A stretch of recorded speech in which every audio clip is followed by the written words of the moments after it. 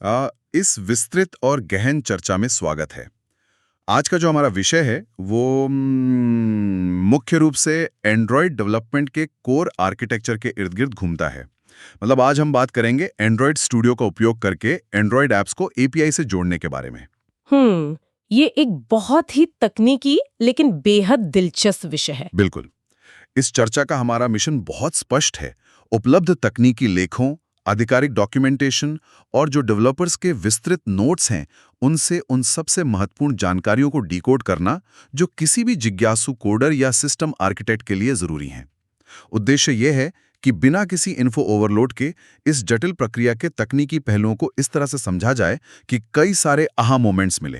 तो ठीक है, तो चलिए इसे विस्तार से समझते हैं। हाँ, शुरुआत करने के लिए ये एक बेहतरीन अप्रोच है। जब भी कोई आधुनिक एप्लीकेशन स्क्रीन पर ताज़ा डेटा रेंडर करता है, तो बैकग्राउंड में एक बहुत ही सुव्यवस्थित डेटा पाइपलाइन काम कर रही होती है। पुरानी जमाने के मोनोलिथिक ऐप्स का दौर अब खत्म हो चुका है, जहां सारा लॉजिक और डेटा एक ही जगह होता था। आज का दौर डीकपल्ड आर्किटेक्चर का है, और इसी डीकपल्ड दुनिया को जोड़ने वाला जो सबसे अहम ब्रिज है वो एपीआई है। मैं इसमें थोड़ा और जोड़ना चाहूंगी। आधुनिक सॉफ्टवेयर इंजीनियरिंग में ये डीकपल्ड आर्किटेक्चर ही स्केलेबिलिटी का आधार है। ये केवल कोडिंग सिंटैक्स तक सीमित नहीं है। ये समझना ज्यादा जरूरी है कि क्लाइंट यानी एंड्रॉयड ऐप और सर्वर के बीच जिम्मेदारियों का बंटवारा कैसे होता है। मतलब दोनों का अपना अपना एक अलग काम है। सही? बिल्कुल सही कहा। फ्रंट एंड का काम केवल यूजर इंटरफेस यानी यूआई को सुचारू रूप से चलाना और यूजर के इनपुट्स को प्रोसेस करना है। जो भी भारी भरकम डेटाबेस क्वेरीज या बिजनेस लॉजिक है, वो सब सर्वर साइड पर होता है। ये पूरा संवाद या डेटा एक्सचेंज जिस मानकीकृत तरीके से होता है, उसे ही एप्लीकेशन प्रोग्रामिंग इंटरफेस या एपीआई कहा जाता है। अच्छा, तो ये एक तरह का अग्रीमेंट हो गया। हाँ, ये क्लाइंट और सर्वर के बीच एक कॉन्ट्रैक्ट की तरह है, जो ये तय करता है कि डेटा किस फॉर्मेट में मांगा जाएगा और किस फॉर्मेट में वापस मिलेगा। अगर इसे एक आसान उपमा से समझें, तो एपीआई एक वेटर की तरह है। जैसे हम रेस्टोरेंट में जाते हैं, वेटर हमसे ऑर्डर लेता है, किचन तक पहुंचाता है और फिर तैयार खाना लाकर हमारी टेबल पर रख देता है। ये बहुत ही सटीक उपमा है। एपीआई मुख्य रूप से तरीके और डेटा एक्सचेंज फॉर्मेट तय करते हैं। ये या तो पब्लिक हो सकते हैं, जो सभी के लिए खुले हैं, या प्राइवेट, जहां सुरक्षित एक्सेस के लिए ऑथेंटिकेशन या प्रमाणीकरण की आवश्यकता होती है। ये कॉन्ट्रैक्ट वाली बात तकनीकी नजरिए से बहुत महत्वपूर्ण है, पर किसी भी डेवलपमेंट की शुरुआत हवा में तो होती नहीं है। इसके लिए कुछ बुनियादी चीजों का होना अनिवार्य है, जिन्हें हम प्री रिक्विजिट्स कहते हैं। सबसे पहले तो सिस्टम में एंड्रॉयड स्टूडियो का होना जरूरी है, जो कि आधिकारिक आईडीई है। हाँ, उसके बिना तो शुरुआत ही नहीं हो सकते। और इसके अलावा जावा या कॉटलिन का ज्ञान भी आवश्यक है। आज के समय में कॉटलिन ज्यादातर डेवलपर्स की पहली पसंद बन चुकी है, क्योंकि ये नल सेफ्टी जैसे बेहतरीन फीचर्स देती है। साथ ही एंड्रॉयड के लाइफ साइकिल, एक्टिविटीज, फ्रैगमेंट्स और यूआई कंपोनेंट्स की गहरी समझ होनी चाहिए। क्योंकि जब डेटा एपीआई से आएगा, तो उसे इन्हीं कंपोनेंट्स के जरिए स्क्रीन पर मैप करना होगा। बिल्कुल।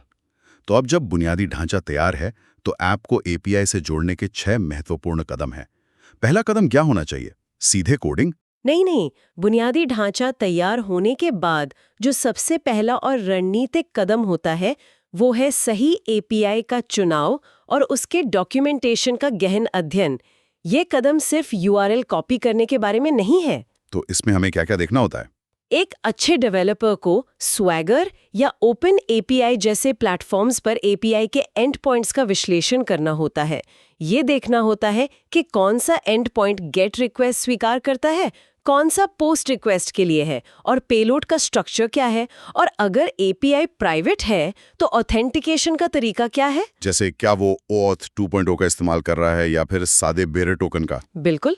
ये सब समझे बिना कोड लिखना शुरू करना अंधेरे में तीर चलाने जैसा है। डॉक्यूमेंटेशन समझने के बाद सीधे कोडिंग पर जंप करने की बहुत ही इच्छा होती है, लेकिन यहीं पर एक बहुत ही क्लासिक गलती होती है। एंड्रॉयड डेवलपमेंट के इतिहास में शायद ही कोई ऐसा डेवलपर होगा जिसने कोड एकदम सही लिखा हो, लेकिन ऐप क्रैश कर रहा हो या नेटवर्क से कनेक्ट ना हो रहा हो। और घंटों की डीबगिंग के बाद पता चले कि मैनिफेस्ट फाइल में एक छोटी सी लाइन मिसिंग है। हाँ, ये दर्द हर डेवलपर ने सहा है। यहाँ जो बात सबसे ज्यादा आकर्षित करती है, वो है एंड्रॉयड सिस्टम का sandbox security model. System by default किसी भी ऐप को बाहरी नेटवर्क से बात करने की अनुमति नहीं देता। प्राइवेसी के लिए। हाँ, ये यूजर की प्राइवेसी और डिवाइस की सुरक्षा के लिए है। इसलिए एंड्रॉयड manifest.xml फाइल में इंटरनेट परमिशन डिक्लेयर करना अनिवार्य है। ये एक सिंगल XML टैग सुनने में बहुत मामूली लगता है, लेकिन इसके बिना पूरी नेटवर्क लेयर पंगु हो जाती है। जब तक ऑपरेटिंग सिस्टम को ये नहीं बताया जाता है कि ऐप को इंटरनेट एक्सेस चाहिए, तब तक कोई भी HTTP क्लाइंट काम नहीं करेगा। मैनिफेस्ट फाइल में इस परमिशन को सेट करने के बाद असली खेल शुरू होता है, जो हमारा तीसरा कदम है, सही HTTP लाइब्रेरी का चुनाव। एंड्रॉयड इकोसिस्टम में वॉली और ओके HTTP जैसे कई बेहतरीन विकल्प मौजूद हैं। हाँ, शुरुआत में डेवलपर्स इनका काफी इस्तेमाल करते थे। फिर इन टी स्टैंडर्ड और सबसे ज्यादा इस्तेमाल की जाने वाली लाइब्रेरी की बात करें तो पूरा फोकस रेट्रोफिट पर आकर टिक जाता है। स्क्वायर कंपनी द्वारा बनाई गई ये लाइब्रेरी इतनी लोकप्रिय क्यों है? इसके पीछे का आर्किटेक्चरल कारण क्या है? रेट्रोफिट की सबसे बड़ी खूबी इसका टाइप सेफ होना है। साधारण HTTP क्लाइंट्स में डेवलपर्स को मैन्युअली URL स्ट्रिंग्स बनानी पड़ती हैं, पैरामीटर्स जोड़ने पड़ते हैं और रिस्पॉन्स को बाइट्स या स्ट्रिंग्स के रूप में पार्स करना पड़ता है। इसमें रन टाइम एरर्स की संभावना बहुत ज्यादा होती है। और रेट्रोफिट इस पूरी प्रक्रिया को एब्स्ट्रैक्ट कर देता है। सही कहा, या HTTP API को एक सीधे साधे जावा या कॉटलिन इंटरफेस में बदल देता है। एनोटेशंस का इस्तेमाल करके एंड पॉइंट्स और रिक्वेस्ट मेथड्स को परिभाषित किया जाता है, जिससे कंपाइल टाइम पे ही कई गलतियां पकड़ी जा सकती हैं। इसके तकनीकी सेटअप को थोड़ा और गहराई से देखते हैं। इसे ऐप में शामिल करने के लिए build.gradle फाइल में डिपेंडेंसीज जोड़नी पड़ती हैं। आमतौर पर डेवलपर्स रेट्रोफिट का स्टेबल वर्जन जैसे 2.9.0 इस्तेमाल करते हैं। इसके साथ ही एक और डिपेंडेंसी जोड़ी जाती है, कन्वर्टर गैसन। अब ये सवाल उठना स्वाभाविक है कि सिर्फ रेट्रोफिट से काम क्यों नहीं चलता, ये कन्वर्टर क्यों जरूरी है? क्योंकि रेट्रोफिट का काम सिर्फ नेटवर्क लेयर को संभालना है, वो डेटा को ट्रांसलेट नहीं करता। डेटा ट्रांसलेशन या सीरियलाइजेशन एक बहुत ही महत्वपूर्ण हिस्सा है, जो हमारा चौथा कदम है, रिस्पॉन्स को संभालना। जब हम इंटरफेस बनाते हैं तो हम रेट्रोफिट को बताते हैं कि सर्वर से क्या बात करनी है, जैसे गेट एनोटेशन का उपयोग करके। बिल्कुल। उदाहरण के लिए एक इंटरफेस में @getPosts एनोटेशन का उपयोग किया जाता है। इसका मतलब है कि बेस URL के आगे /posts जोड़कर गेट रिक्वेस्ट भेजनी है, लेकिन ये इंटरफेस अपने आप काम नहीं करता। इसके ये रेट्रोफिट डॉट बिल्डर का इस्तेमाल करके एक इंस्टेंस बनाना होता है। हाँ, इस बिल्डर में बेस URL सेट किया जाता है और यहीं पर ऐड कन्वर्टर फैक्ट्री मेथड को कॉल किया जाता है, जहां हम गनसन कन्वर्टर फैक्ट्री पास करते हैं। ये फैक्ट्री रेट्रोफिट को बताती है कि सर्वर से आने वाले कच्चे जेसन डेटा को जावा या कॉटलिन ऑब्जेक्ट्स में कैसे बदलना है। तो इस सब का असल में क्या मतलब है? इसका सीधा सा अर्थ ये है कि डेवलपर को मैन्युअली जेसन स्ट्रिंग्स को की वैल्यू पेयर्स में तोड़कर ऑब्जेक्ट्स में नहीं भरना पड़ता। ये गनसन का काम है। जैसे ही रेट्रोफिट का बिल्डर सेटअप पूरा होता है, नेटवर्क रिक्वेस्ट को ट्रिगर किया जाता है। यहाँ कॉल ऑब्जेक्ट का इस्तेमाल होता है और इसे ट्रिगर करने के लिए एनक्यू मेथड का प्रयोग किया जाता है। और इसके साथ एक कॉल बैक अटैच किया जाता है, जिसमें ऑन रिस्पॉन्स और ऑन फेलियर मेथड्स होते हैं।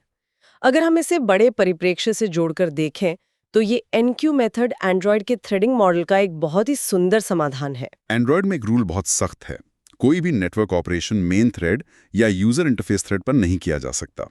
क्योंकि मेन थ्रेड का काम केवल स्क्रीन पर पिक्सेल्स को रेंडर करना और यूजर के टच इवेंट्स को सुनना है। बिल्कुल।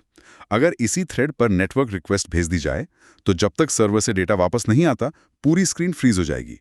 ऑपरेटिंग सिस्टम इसे तुरंत पकड़ लेगा और नेटवर्क और मेन थ्रेड एक्सेप्शन थ्रो करके ऐप को क्रैश कर देगा। ये क्रैश बहुत ही भयावह हो सकता है, खासकर प्रोडक्शन एनवायरनमेंट में।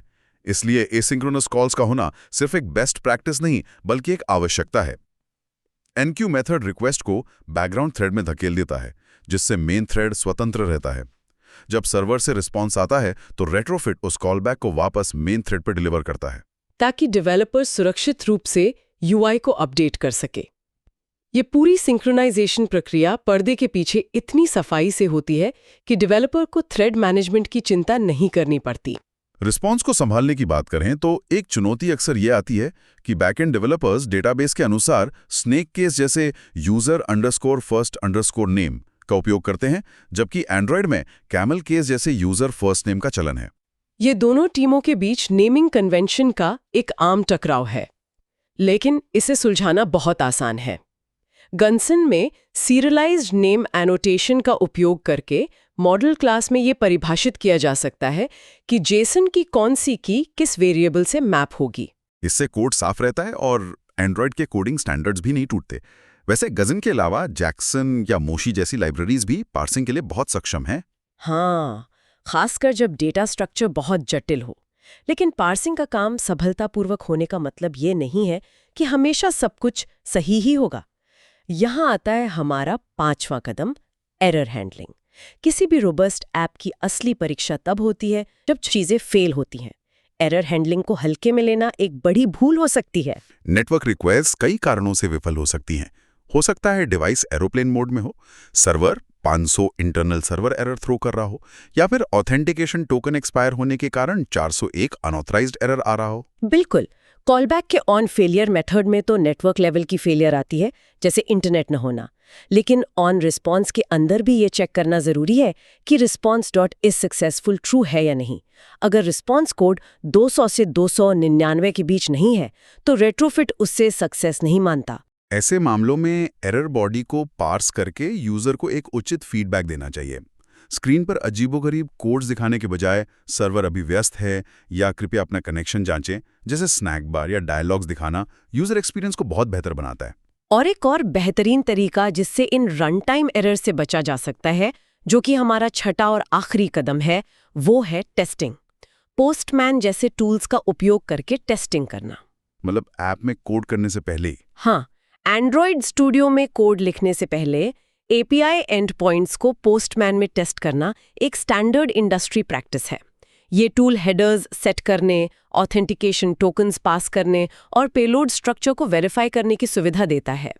इससे ये स्पष्ट हो जाता है कि बैकएंड वास्तव में वही डेटा भेज रहा है जिसकी उम्मीद की जा रही है। अगर बैकएंड से एक ऑब्जेक्ट की उम्मीद है और वो एरे भेज रहा है तो ऐप क्रैश होना तय है। पोस्टमैन से ये विसंगति कोडिंग से पहले पकड़ी जाती है। ये बिल्कुल सही दिशा है, समस्याओं को उनके मूल स्रोत पर ही पकड़ना। तो इस सब का असल में क्या मतलब है? जब हम कोडिंग और आर्किटेक्चर से आगे बढ़कर सिक्योरिटी की बात करते हैं तो अक्सर एक बहुत बड़ी चूक देखने को मिलती है। कई बार कोड बेस में एपीआई कीज या ऑथेंटिकेशन टोकन्स को स्ट्रिंग्स के रूप में सीधे हार्ड कोड कर दिया जाता है। ये एक गंभीर सुरक्षा जोखिम है। किसी भी एपीके फाइल को रिवर्स इंजीनियर करके उन हार्ड कोडेड कीज को निकालना हैकर्स के लिए बहुत आसान काम है। सुरक्षा के लिहाज से ये एक आपदा साबित हो सकता है। अगर कोई हैकर किसी प्रीमियम एपीआई की को चुरा लेता है तो वो सर्वर पर लाखों फेक रिक्वेस्ट भेज सकता है, जिससे न केवल बिलिंग साइकिल प्रभावित होगी बल्कि सर्वर भी डाउन हो सकता है। इसका सबसे अच्छा समाधान ये है कि एपीआई कीज को कभी भी वर्जन कंट्रोल जैसे गिटहब पर अपलोड न किया जाए।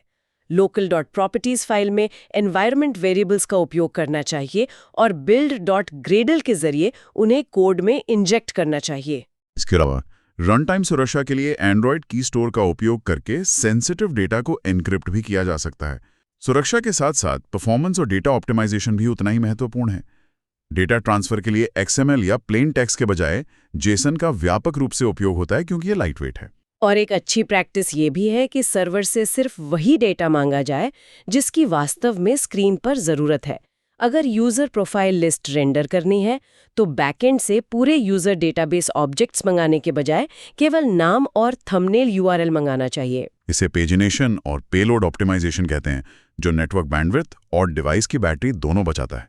ये ऑप्टिमाइजेशन सीधे तौर पर ऐप की परफॉर्मेंस मैट्रिक्स को प्रभावित करता है। इन सभी तकनीकी पहलों, चाहे वो मैनिफेस्ट में परमिशन देना हो, रेट्रोफिट के साथ इंटरफेस बनाना हो, गिजॉन के जरिए डेटा पार्सिंग हो, मेन थ्रेड को ब्लॉक होने से बचाना हो या फिर पोस्टमैन से एंड पॉइंट्स टेस्ट करना हो, इन सब का समग्र उद्देश्य एक ही है, एक ऐसा स्टेबल और फ्लूइड यूजर अनुभव तैयार करना जो नेटवर्क की अस्थिरता को छुपाए रखे। एक उत्कृष्ट एप्लीकेशन वही है जो पर्दे के पीछे की जटिलताओं को यूजर तक ना पहुंचने दे। एकदम सही। इस पूरी चर्चा को अगर एक सूत्र में पिरोया जाए तो यह स्पष्ट होता है कि एक मोबाइल एप्लीकेशन को बाहरी दुनिया से जोड़ना केवल कुछ लाइनों का कोड नहीं है, ये एक पूरा आर्किटेक्चरल विजन है। इन 6 कदमों और बेस्ट प्रैक्टिसेस का पालन करके कोई भी डेवलपर अपने ऐप को एक स्टैटिक इंटरफेस से एक जीवंत और डायनामिक अनुभव में बदल सकता है। आज के समय में हर उपयोगी ऐप के पीछे यही तकनीक काम कर रही है, चाहे वो मौसम का हाल जानना हो, real time stock trading platform हो या कोई सोशल मीडिया अपडेट्स। इसलिए इस ज्ञान को समझना और लागू करना किसी भी सॉफ्टवेयर इंजीनियर के लिए सबसे मूल्यवान कौशल है। जब सिस्टम के अलग अलग हिस्से आपस में सही तरीके से बात करते हैं, तभी एक स्केलेबल प्रोडक्ट का निर्माण होता है। रेट्रोफिट और एंड्रॉयड का ये कॉम्बिनेशन इस संवाद को स्थापित करने का एक अत्यंत शक्तिशाली तरीका प्रदान करता है। ये एक ऐसा विषय है जिसकी परतें उधड़ते जाओ तो नई चीजें मिलती ही रहती हैं। हमने आज ये तो समझ लिया कि एक ऐप किसी एपीआई से डेटा कैसे मांगता है, थ्रेड्स को कैसे मैनेज करता है और रेट्रोफिट के जरिए उसे कैसे संभालता है। लेकिन जरा सोचिए उन विशाल वैश्विक ऐप्स के बारे में जिन्हें एक ही सेकंड में लाखों एपीआई रिक्वेस्ट्स को प्रोसेस करना होता है। ये एक बहुत ही दिलचस्प पहलू है। में कोई बहुत ही उन्नत और जटिल डेटा कैशिंग या सिंक एल्गोरिथम काम कर रहा होता है जो हमारे फोन की बैटरी और डेटा दोनों को पिघलने से बचाता है। ये एक ऐसा विचार है जो क्लाइंट सर्वर आर्किटेक्चर की और भी गहरी दुनिया की ओर इशारा करता है। इस पर जरूर विचार किया जाना चाहिए। इस गहन विश्लेषण का हिस्सा बनने के लिए बहुत बहुत धन्यवाद। अगली चर्चा में किसी और जटिल विषय की गहराई में उतरेंगे। तब तक के लिए नई तकनीकी अवधारणाओं को एक्सप्लोर करते रहें।